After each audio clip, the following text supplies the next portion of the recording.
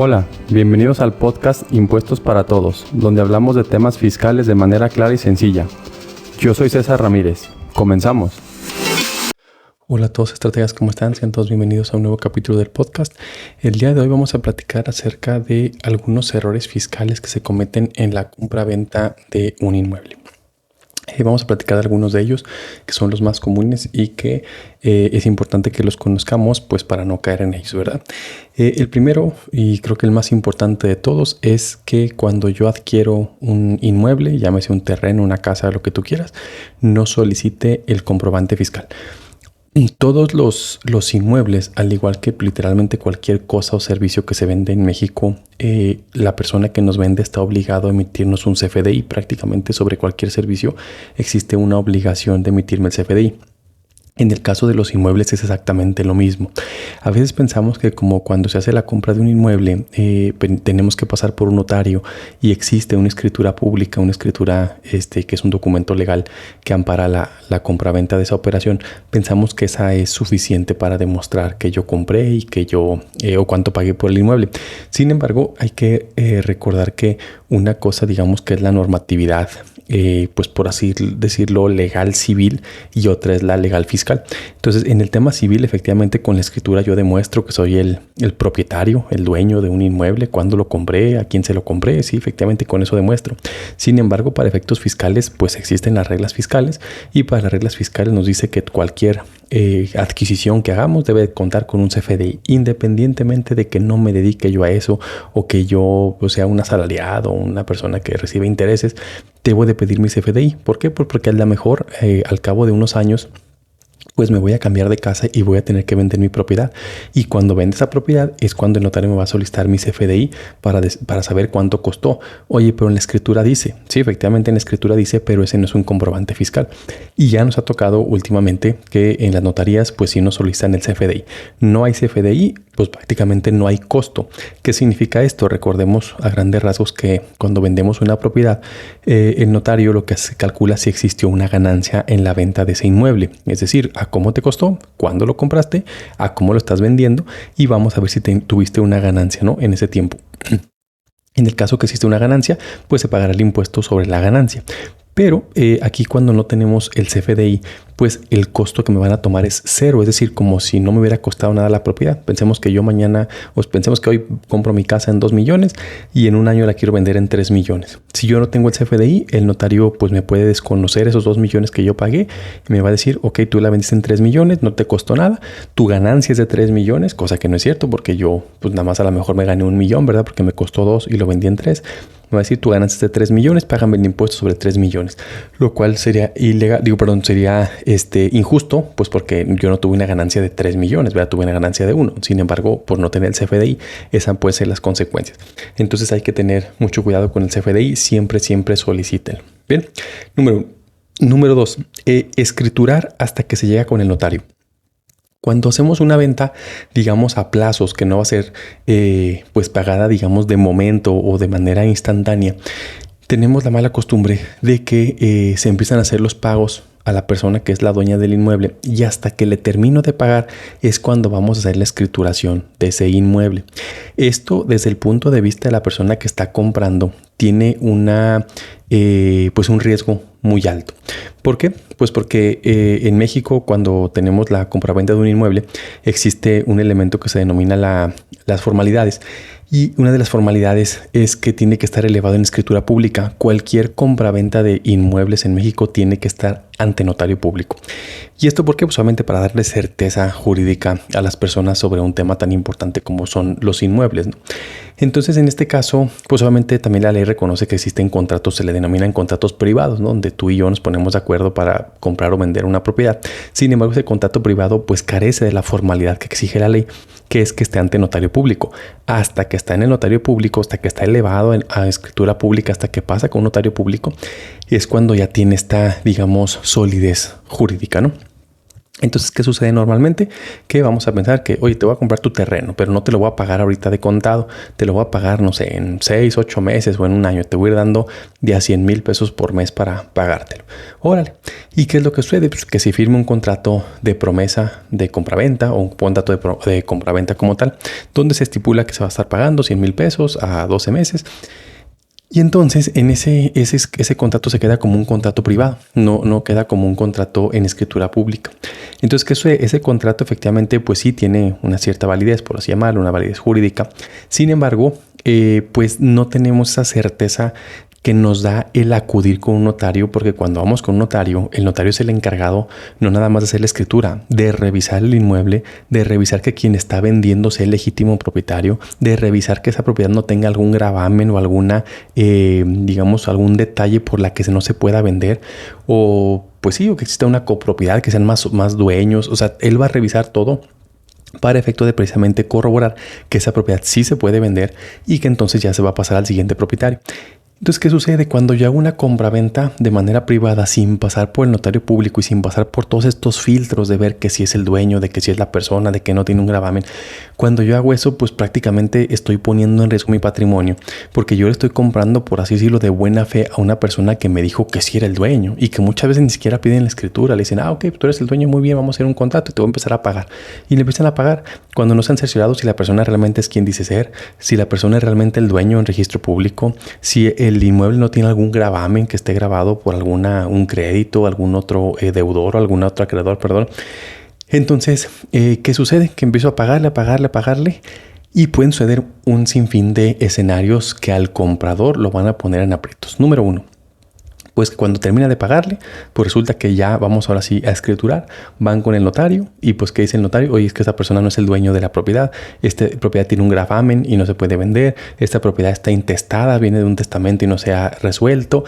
Un sinfín de casos que pueden suceder ahí y que me van a hacer pues perder muchísimo tiempo en lo que se resuelve este asunto, porque nos ha tocado ver ahora sí que de todo en el camino, desde decir, no, es que mi papá me lo dejó a mí de palabra, pero está un juicio sucesorio y dice que es de tu hermana. No, pero a mí mi papá me dijo. Y entonces, pues imagínate, no le vas a poder ganar a la hermana porque la hermana tiene un testamento, ¿no?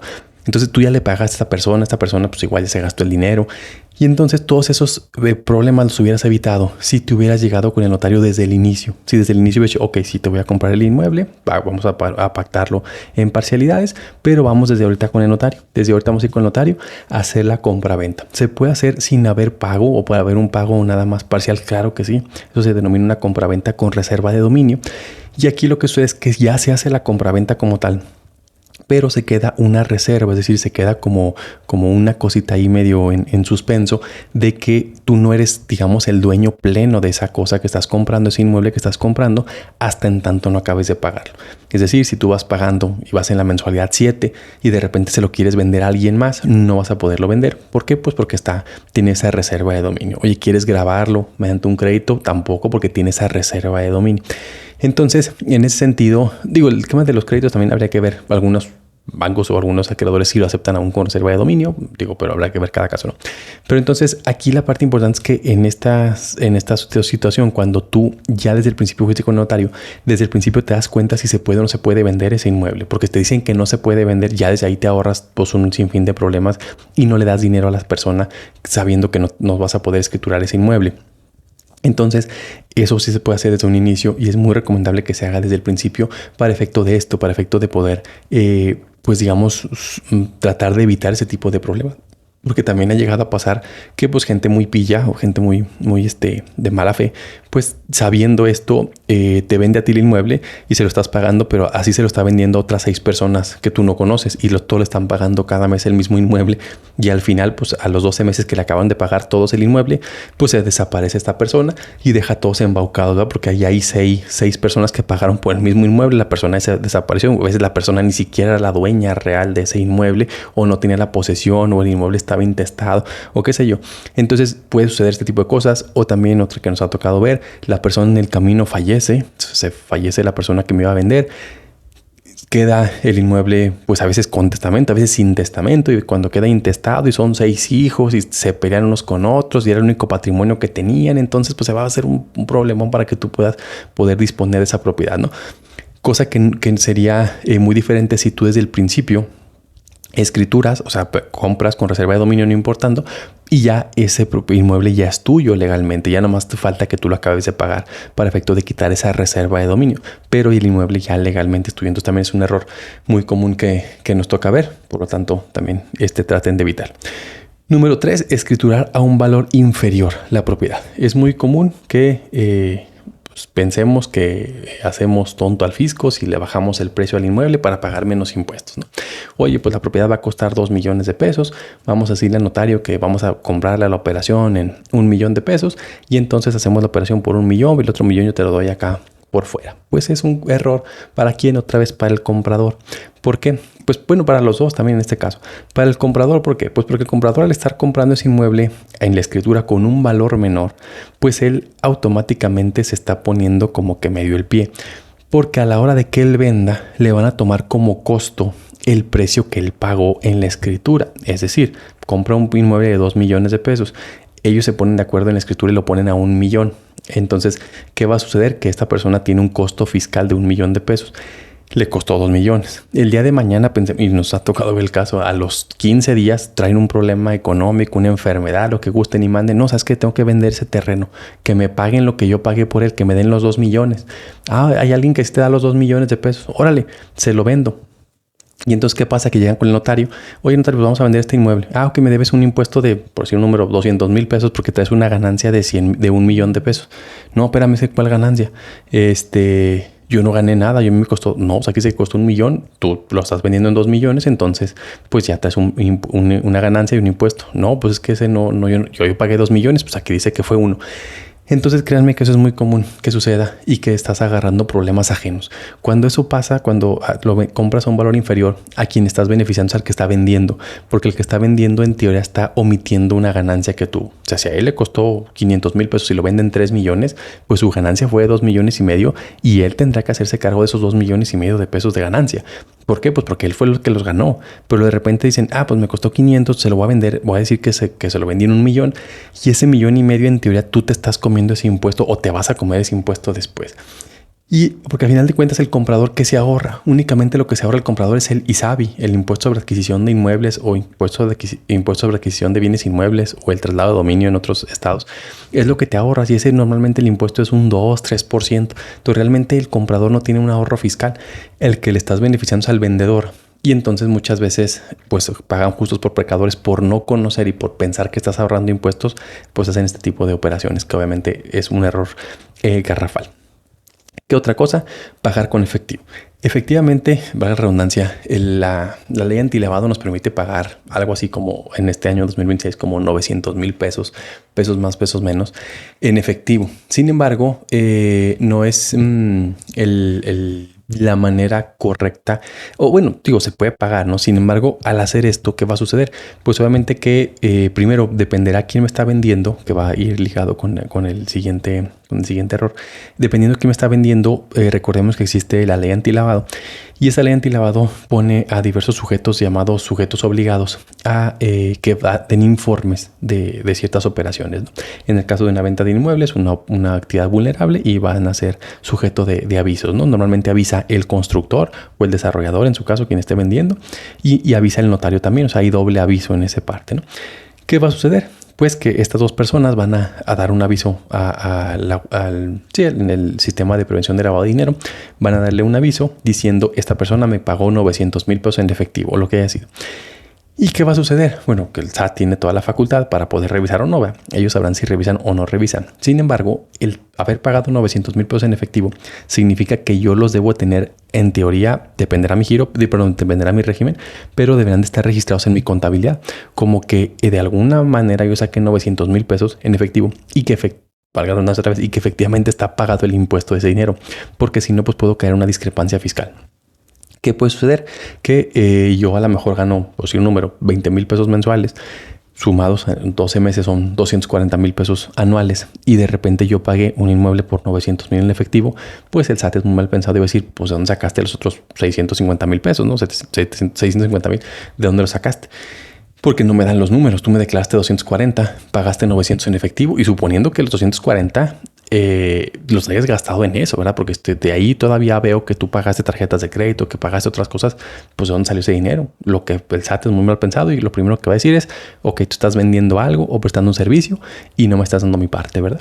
Entonces, en esa parte del pagar en efectivo, sí, claramente la ley antilavado nos permite pagar esos 900,000 pesos en efectivo. Dice, este es el tope que puedes pagar por efectivo, pero eso no te limita o no te quita que te pueda yo investigar por una posible discrepancia fiscal, ¿no? Porque esos 900,000 pues obviamente salieron de algún lado que asumo que debieron de haber pagado impuestos.